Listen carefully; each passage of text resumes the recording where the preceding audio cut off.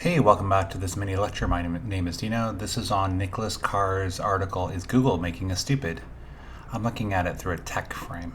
And the focus overall of this video is tech's impact on our lives. It's very wide ranging, and I think Nicholas Carr's article focuses on that, at least in certain parts. Here's a quote. As a late MIT computer scientist Joseph Weizenbaum observed, the conception of the world that emerged from the widespread use of timekeeping instruments remains an impoverished version of the older one, for it rests on a rejection of those direct experiences that formed the basis for and indeed constituted the old reality. In deciding when to eat, to work, to sleep, to rise, we stopped listening to our senses and started obeying the clock. I'm just asking you as a viewer and as a person who lives in our highly technologically infused times these days, do you, through habit, eat or work at prescribed times? Why? Is it because of timekeeping devices like clocks? Is it, it's 12 noon, I gotta eat lunch. Oh, it's 6 p.m., I need to eat dinner. If so, what is the impact? As here it is, are you more divorced from the old reality of just eating when you eat because you're hungry? Quote, when the mechanical clock arrived, people began thinking of their brains as operating like clockwork. Today, in the age of software, we have come to think of them as operating like computers.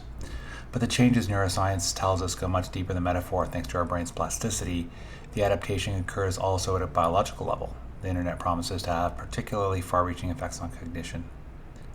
So there's the metaphor of clockwork for our brains, and then we now think of our brains like computers. What metaphor do we often use for the internet? Can you think about that?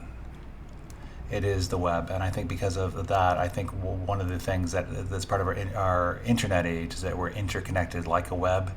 So part of the experience of being on web is being connected to stories, but also people. And if you're not doing connection to people, then maybe you're not doing the full internet experience. So I think it impacts the way that we socialize, and because we're socializing more online, potentially we're socializing less offline.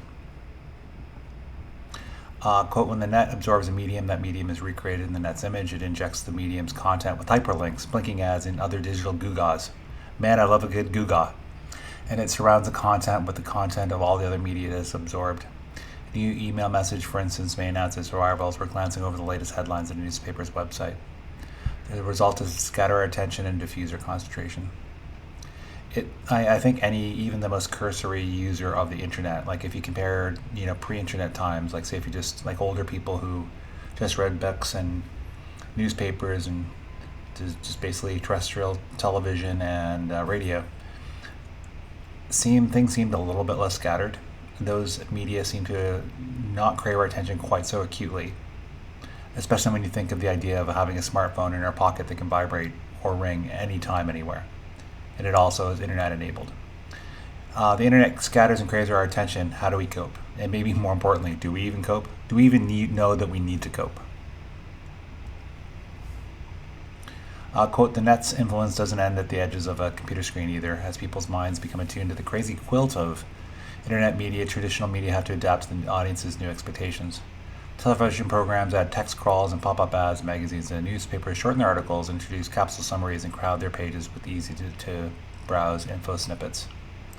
From this, it seems like traditional information collapses into one interface, that being the internet and the web.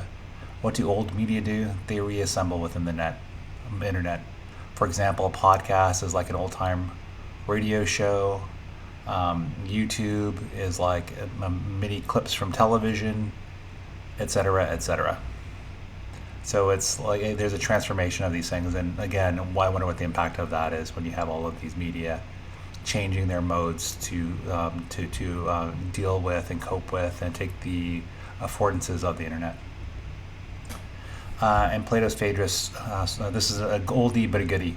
In Plato's Phaedrus, Socrates bemoaned the development of writing. That silly Socrates, he feared that as people came to rely on the written word as a substitute for the knowledge they used to carry inside their heads, they would, in the words of one of the dialogue's characters, cease to exercise their memory and become forgetful.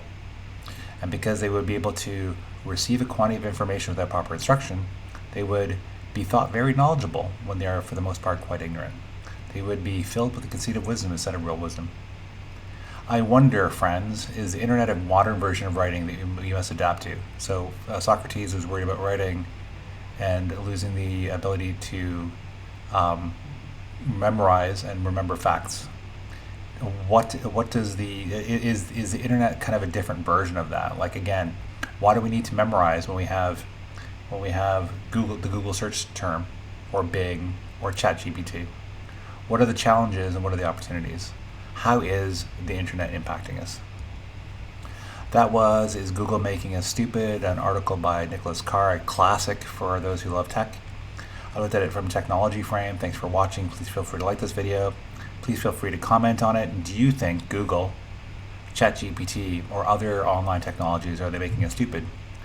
In contrast to Nicholas Carr, do you think instead they're making us smart? Are they making us giving us the ability to transcend what we could do before by aggregating information all in one space and being able to for us to get it at the click of a button at a moment's notice? And finally, please feel free to subscribe to this channel if you want similar types of content. As always, thanks for watching. Take care.